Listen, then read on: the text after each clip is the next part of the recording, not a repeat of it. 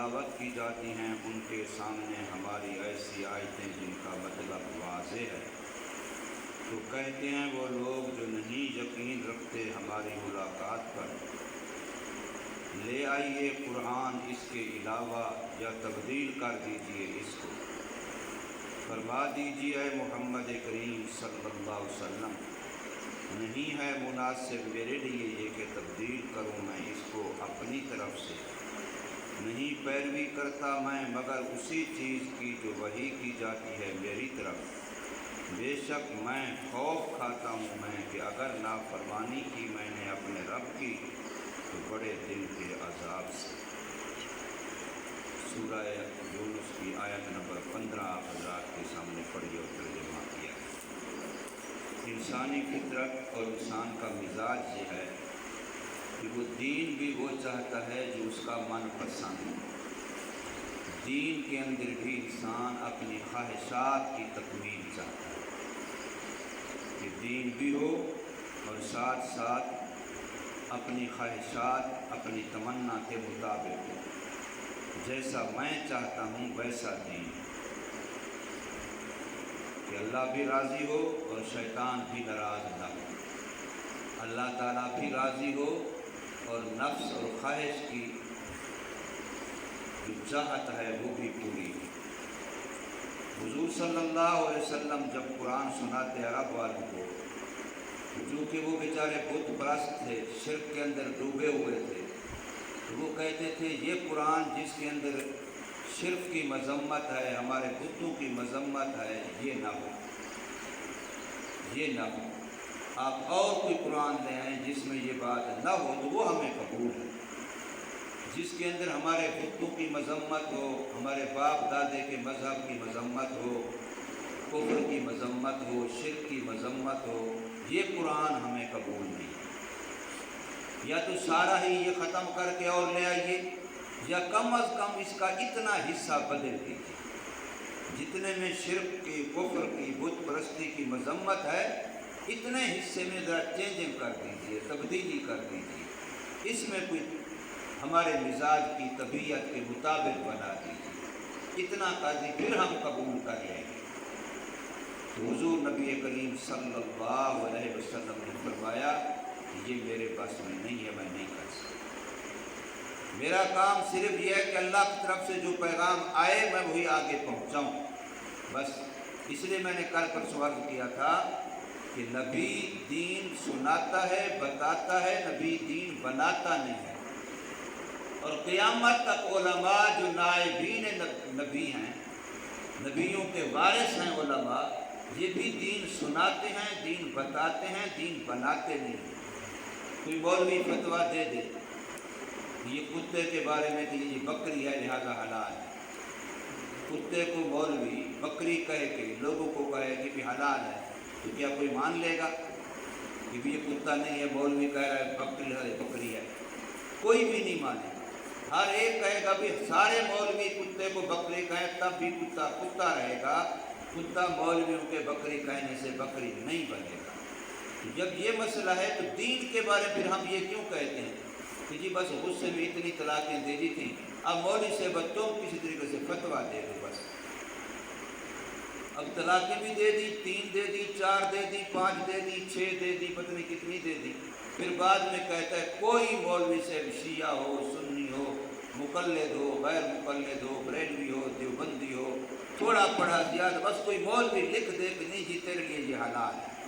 تو اتنا کفارہ دے دے، اتنا کھانا کھلا دے، کوئی کہتا ہے یوں کر لے، کوئی یوں کر لے، بس وہ تیرے لیے حلال ہے۔ اور یہ کام روزانہ کا ہے۔ اس لیے اگر غور کیا جائے تو ہر محلے میں پتہ نہیں کتنے لوگ ایسے ہیں گھروں میں زنا ہو رہا ہے اور حلال سمجھ کے ہو رہا ہے۔ ایک بندہ منہ کالا کرتا ہے غلطی کو غلطی سمجھتے ہوئے، وہ کبھی توقع ہوتی ہے اللہ پاک اس کو توبہ کی توفیق دے دے، اور ایک بندہ جو اس حرام کو حلال سمجھتا ہے، جو ہے تو پلیٹ گندگی کی پاخانے کی، لیکن اس کو وہ حلوہ سمجھتا ہے، تو اب وہ کیسے توبہ کرے گا؟ وہ تو بیچارہ حرام سمجھتا ہی نہیں ہے، گناہ سمجھتا ہی نہیں ہے، وہ بیچارہ توبہ کہاں کرے گا؟ اسے توبہ نہیں کرے گا، مرے گا اسی طریقے سے، نسل حرام کی پیدا ہوگی۔ یہ بہت بڑی عجیب سی بات ہے کہ انسان کی فطرت یہ ہے کہ انسان انسان چاہتا ہے دین ہو لیکن میری مرضی پر میری چاہتوں پر زد نہ پڑے، دین بھی ہو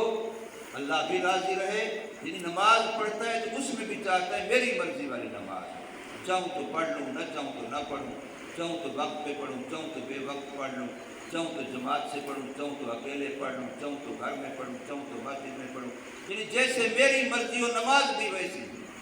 اسی طریقے سے بالکل مسلمان باقی دین کی باتوں میں بھی اپنی مرضی چاہتا ہے۔ تو اللہ تبارک و تعالیٰ ارشاد فرماتے ہیں وَإِذَا تُتْلَى عَلَيْهِمْ آيَاتُنَا بَيِّنَاتٍ، اور جب تلاوت کی جاتی ہیں ان لوگوں کے سامنے ہماری ایسی آیتیں جن کا مطلب بالکل واضح اور ظاہر ہے، توحید کی آیات، قیامت کی آیات، جن کے بارے میں کہ اللہ کے سوا کوئی نفع نقصان کا مالک نہیں ہے، اللہ تعالیٰ کے سوا کوئی بر سجدے کے لائق نہیں ہے، اللہ تبارک و تعالیٰ کی ذات کے علاوہ کسی کے قبضہ قدرت میں عزت اور ذلت نہیں ہے، موت و حیات امیری غریبی کے فیصلے ادھر سے ہوتے ہیں۔ جب یہ ایسی باتیں اس طرح کی آیات ان کے سامنے تلاوت کی جاتی ہیں تو آگے سے ان کا خیال یہ ہوتا ہے، کہتے یہ ہیں قال الذین لا یرجون لقاءنا، وہ لوگ کہتے ہیں جو ہماری ملاقات پر یقین نہیں رکھتے، یعنی آخرت کو نہیں مانتے، اللہ کے ہاں جو پیشی ہونی ہے ہماری اس کو جو لوگ نہیں مانتے وہ آگے سے کہتے ہیں ائت بقرآن غیر ھذا، اس کے علاوہ اور قرآن ہے، اس قرآن میں سخت باتیں ہیں۔ آج کل بھی لوگ کہتے ہیں اس مولوی صاحب کی بات نہ سنو، وہ سخت باتیں کرتا ہے، وہ فلانا جو نا وہ ذرا میٹھی میٹھی باتیں کرتا ہے، وہ ذرا ٹھیک ہے، وہ گزارا کرتا ہے، کمپرومائز کرتا ہے۔ تو فرمایا کہ وہ لوگ کہتے تھے ائت بقرآن غیر ھذا، اور قرآن لے آؤ، یہ والا ہمیں پسند نہیں ہے، اس میں تو شرک کی نفی ہے، اس میں تمہارے بتوں کی مذمت ہے، اس میں ہمارے باپ دادے کے جو من مرضی والا دین تھا اس کی رد ہے، تو ایسا او بدل ہو، یا کم از کم اس میں تبدیلی کر، جتنے حصے پر ہمیں اعتراض ہے اتنا حصہ نکال، ترمیم کر دو، اس کی تھوڑی سی چینجنگ اور تبدیلی کر دو اس کی، پھر ہم مان لیں گے، پھر قبول کر لیں گے۔ تو اللہ پاک نے حضور نبی کریم صلی اللہ علیہ وسلم سے ارشاد فرمایا قل ما یکون لی، آپ فرما دیجئے کہ یہ میرے بس میں نہیں ہے، یہ ہو ہی نہیں سکتا مجھ سے، ان ابدلہ من تلقاء نفسی، کہ میں اپنی مرضی سے اس کو تبدیل کر دوں۔ قرآن کی ایک زبر زیر پیش حرف کوئی ایک نبی بھی تبدیل نہیں کر سکتا، پھر ہم کون ہوتے ہیں؟ پھر اور کسی کو کیا اتھارٹی اور اختیار ہے کہ اللہ کے قرآن کے الفاظ میں، اللہ کے قرآن کے زبر زیر میں، اللہ کے قرآن کے کسی نقطے میں، اللہ تعالیٰ قرآن کے کسی معنی مطلب اور تشریح حکم میں کوئی تبدیلی کر سکے؟ کسی اور کے بس میں کہاں ہے، جب اللہ کا نبی فرما رہا ہے کہ ما یکون لی ان ابدلہ من تلقاء نفسی، نہیں ہو سکتا میرے سے یہ کہ بدل دوں میں اس کو اپنی طرف سے، ہاں میرا کام صرف یہ ہے ان اتبع الا ما یوحی الی، میں پیروی کرتا ہوں اسی کی جو میری طرف وحی آتی ہے، بس میں تو اس کے اشاروں کا پابند ہوں، اسی کی وحی کا پابند ہوں۔ لیکن خدا نخواستہ تمہاری بات مان کے میں اللہ کے قرآن میں تبدیلی کر دوں، کوئی اپنی مرضی اپنی طرف سے بھی کچھ شامل کر لوں یا اس میں سے کچھ کم کر دوں تمہاری خواہش کو پورا کرنے کے لیے، تو پھر اللہ کے پاس جب بڑے دن قیامت میں جانا ہے تو مجھے اس کا ڈر ہے، مجھے اس کا اندیشہ ہے۔ نبی ڈر رہا ہے قیامت کے دن سے اور ہم ہیں، ہمیں پرواہ ہی نہیں ہے۔ آج کے مسلمان کو، انسان کو، عاشق رسول کہنے والے کو بھی احساس نہیں ہے۔ تو فرمایا